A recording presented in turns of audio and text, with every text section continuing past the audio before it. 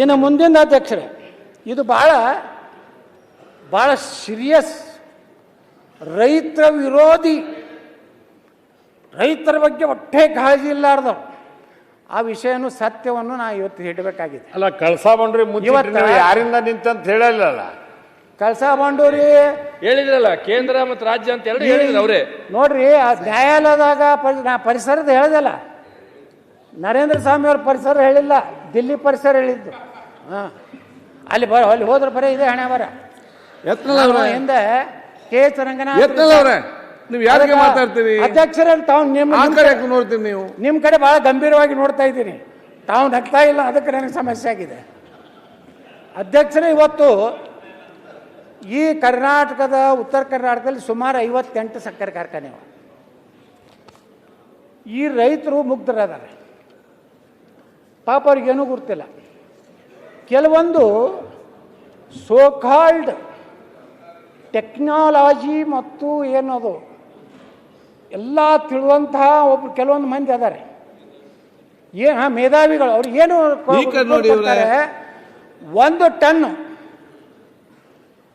ಒಂದು ಟನ್ ಕಬ್ಬನ್ನು ನುರಿಸಿದ್ರೆ ಒಂದು ಸಕ್ಕರೆ ಕಾರ್ಖಾನೆಗೆ 14,500 ರೂಪಾಯಿ ಉಳಿತಾವು. ಮತ್ತು ರೈತರು ಅವಾಗ 3,500 ಬೇಡೋದು ಏನು ತಪ್ಪೈತೆ ಅಧ್ಯಕ್ಷರೇ? ನೀವು ಹೇಳಬೇಕಲ್ಲ, 14,500 ರೂಪಾಯಿ ಒಂದು ಟನ್ನಿಗೆ ಉಳಿತಿದ್ರೆ ಇವತ್ತಿನ ಎಲ್ಲ ಸಕ್ಕರೆ ಕಾರ್ಖಾನೆ ಮಾಲಕರು ಹೆಲಿಕಾಪ್ಟರ್ ಇಡ್ತಿದ್ರಲ್ರಿ ಲಕ್ಷ್ಮಣಣ್ಣವ್ರ? ಇಡ್ತಿದ್ರಲ್ಲ? ಯಾಕೆ ಹೇಳ್ತಾರೆ ನೋಡಿ ಅಧ್ಯಕ್ಷರೇ, ನಾನು ಇಲ್ಲಿ ಲೆಕ್ಕನೇ ಕೊಡ್ತೀನಿ, ಇದನ್ನು ಚಾಲೆಂಜ್ ಮಾಡ್ತೀನಿ. ನನಗೆ 14,500 ರೂಪಾಯಿ ಒಂದು ಟನ್ನಿಗೆ ಉಳಿತಿದ್ರೆ ಇವತ್ತು ನನ್ನ ಸಕ್ಕರೆ ಕಾರ್ಖಾನೆ ಅವರಿಗೆ ಮಾಡ್ಲಿಕ್ಕೆ ಕೊಡ್ತೇನೆ. ನಮ್ಮ ಸಕ್ಕರೆ ಕಾರ್ಖಾನೆ ಮಾಡಿದ್ವಿ ಅಧ್ಯಕ್ಷರೇ. 10 ವರ್ಷದಿಂದ ಪಿ ಚಿದಂಬರಂ ಅವರ ಮಗಳ ಒಂದು ಕಾರ್ಖಾನೆ ಮೊದಲು ರಾಜರಾಜೇಶ್ವರಿ ಇತ್ತು, ಅವರು ಅಲ್ಲಿ ಮಾಡಲಿಕ್ಕೆ ಆಗಲಿಲ್ಲ, ಓಡೋದ್ರು. ಹೈದರಾಬಾದ್ ಒಂದು ಕಂಪ್ನಿ ಅವ್ರು ಮಾಡಲಿಕ್ಕೆ ಆಗಲಿಲ್ಲ, ಓಡೋದ್ರು. ಯಾಕಂದ್ರೆ ಚಿದಂಬರಂ ಒಂದು ಅದಕ್ಕೆ ಭೂಮಿ ಪೂಜೆ ಮಾಡಿದ್ರು. 10 ವರ್ಷದಿಂದ ಪಂಜಾಬ್ ನ್ಯಾಷನಲ್ ಬ್ಯಾಂಕ್ನವ್ರ ಅಧ್ಯಕ್ಷರೇ ಆಕ್ಷನ್ ಕರೆದ್ರೆ ಒಬ್ಬರು ಅದಕ್ಕೆ ಟೆಂಡರ್ ಹಾಕಲಿಲ್ಲ.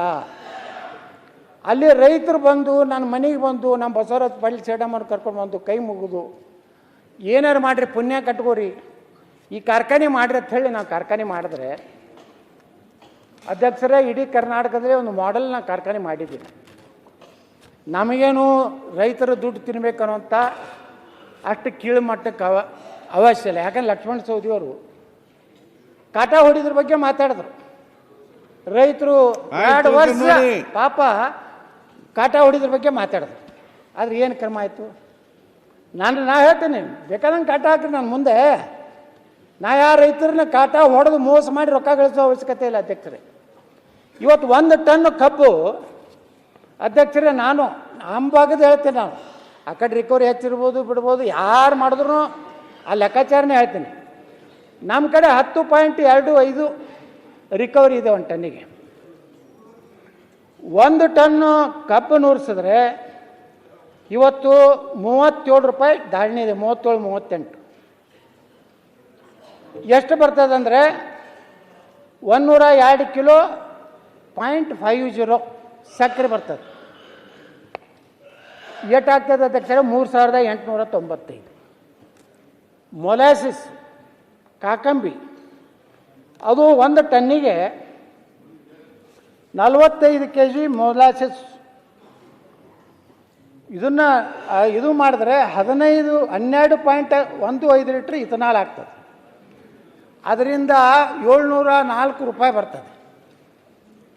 ಇದನ್ನು ಈ ಇಥನಾಲದ್ದು ಒಂದು ಡಿಸ್ಟಿಲರಿ ಹಾಕ್ಬೇಕಾದ್ರೆ ಅಧ್ಯಕ್ಷರೇ ಎಷ್ಟು ಸಕ್ಕರೆ ಕಾರ್ಖಾನೆಗೆ ಹಣ ಹಾಕಿರ್ತೀವಿ, ಬಂಡವಾಳ ಹಾಕಿರ್ತೀವಿ, ಅಷ್ಟೊಂದು ಡಿಸ್ಟಿಲರಿ ಹಾಕ್ಬೇಕು. ಎಷ್ಟು ಬರ್ತದೆ ಅಧ್ಯಕ್ಷರೇ? 704 ರೂಪಾಯಿ. ವಿದ್ಯುತ್ ಮಾರಾಟ ಅವ್ರು ಲೆಕ್ಕ ಹೇಳ್ತಾರೆ, ಅವರು ಪಂಡಿತರು 6 ರೂಪಾಯಿಗೆ ಲೆಕ್ಕ ಹಾಕಿ ಹೇಳ್ತಾರೆ. ಇದೇ ಕರ್ನಾಟಕ ಸರ್ಕಾರ ನಮ್ಮದು 3 ರೂಪಾಯಿಗೆ ತಗೋದಿಲ್ಲ. ಇಲ್ಲಿ ಸಕ್ಕರೆ ಕಾರ್ಖಾನೆ ಮಾಲಕರು ಯಾರ್ಯಾರು ಅದಾರೆ ಎದ್ದು ಹೇಳ್ಬೋದು. ಯಾಕಂದ್ರೆ ನಾ ಹೇಳ್ತೀನಿ, ಇದು ಸತ್ಯವನ್ನು ಹೇಳ್ಬೇಕಾಗ್ತದೆ. ಇಲ್ಲಾಂದ್ರೆ ಏನಾಗೈತಿ, ಈ ರೈತರ ಹೋರಾಟವನ್ನು ತಮ್ಗೆ ಹೆಂಗೆ ಬೇಕು ಹಂಗೆ ಟ್ವಿಸ್ಟ್ ಮಾಡ್ತಾ ಇದ್ದಾರೆ. ನಮ್ಮದು 3 ರೂಪಾಯಿ ತಗೋತಾರೆ ಅಧ್ಯಕ್ಷರೇ. ಮಹಾರಾಷ್ಟ್ರ ಸರ್ಕಾರ 5 ರೂಪಾಯಿ 25 ಪೈಸೆ ಖರೀದಿ ಮಾಡ್ತದೆ. 75 ಪೈಸಾ ಸರ್ಕಾರ ಏನ್ರಿ ಲಕ್ಷ್ಮಣವ್ರ 6 ರೂಪಾಯಿ 25 ಪೈಸಾ ಮಹಾರಾಷ್ಟ್ರದವರು ಕರೆಂಟ್ಗೆ ನಮ್ಮದು ತೊಗೊಂಡು ನಮಗೆ ರೊಕ್ಕ ಕೊಡ್ತಾರೆ ಅಧ್ಯಕ್ಷರೇ. ಆದರೆ ಇಲ್ಲಿ ನಮಗೆ ಆ ವಿದ್ಯುತ್ತಿನಿಂದ 96 ರೂಪಾಯಿ ಬರ್ತದೆ. ಆ 96ರಲ್ಲಿ ಪರ್ ಯೂನಿಟ್ 60 ಪೈಸಾ ಮತ್ತು ಬರ್ಕೋತಾರೆ. ಅಲ್ಲಿಂದ ಬಗ್ಯಾಸ್ ಅಂತ ಹೇಳ್ತಾರೆ. ಕಬ್ಬು ಕೃಷಿಂಗ್ ಆದ್ಮ್ಯಾಗ ಎಷ್ಟು ಕಾರ್ಖಾನೆ ನಡಿಲಾಕ ಉಪಯೋಗ ಆಗಿ ಎಷ್ಟು ಉಳಿತದಲ್ಲ ಅದರಿಂದ 140 ರೂಪಾಯಿ ಬರ್ತದೆ. ಪ್ರೆಸ್ಮೇಟ್ ಮೊದಲು ಏನು ಮಾಡ್ತಿದ್ರು ರೈತರು ತಮ್ಮ ಹೊಲಗಳಿಗೆ ಹೋಯ್ತಿದ್ರು, ಹೊಲಕ್ಕೆ ಹಾಕ್ತಿದ್ರು. ಈ ಪರಿಸರ ಇಲಾಖೆದವ್ರು ಅದಕ್ಕೆ ರಿಸ್ಟ್ರಿಕ್ಟ್ ಮಾಡ್ಯಾರ, ಹಾಕ್ತಕ್ಕದಲ್ಲ. ಅಂದರೆ 4847 ರೂಪಾಯಿ 1 ಟನ್ನು ಕಬ್ಬು ಕ್ರಷಿಂಗ್ ಮಾಡಿದ್ರೆ ಒಂದು ಕಾರ್ಖಾನೆಗೆ ಬರುವಂಥ ಆದಾಯ. ನಿರ್ಭೀತ, ನಿಷ್ಪಕ್ಷಪಾತ, ವಿಶ್ವಾಸಾರ್ಹ ಸುದ್ದಿಗಳಿಗೆ ಮತ್ತೊಂದು ಹೆಸರಾಗಿರುವಂತ ನ್ಯೂಸ್ 18 ಕನ್ನಡ ಈಗ ಆಪ್ನಲ್ಲೂ ಲಭ್ಯವಿದೆ. ದಯವಿಟ್ಟು ಇಲ್ಲಿರುವ QR ಕೋಡ್ ಅನ್ನ ಸ್ಕ್ಯಾನ್ ಮಾಡಿಕೊಂಡು ಆಪ್ ಅನ್ನ ಡೌನ್ಲೋಡ್ ಮಾಡೋದಕ್ಕೆ ಮರಿಬೇಡಿ. ನಿಮ್ಮ ಬೆಂಬಲ ಹೀಗೆ ಸದಾ ನಮ್ಮೊಂದಿಗಿರಲಿ. ಧನ್ಯವಾದ.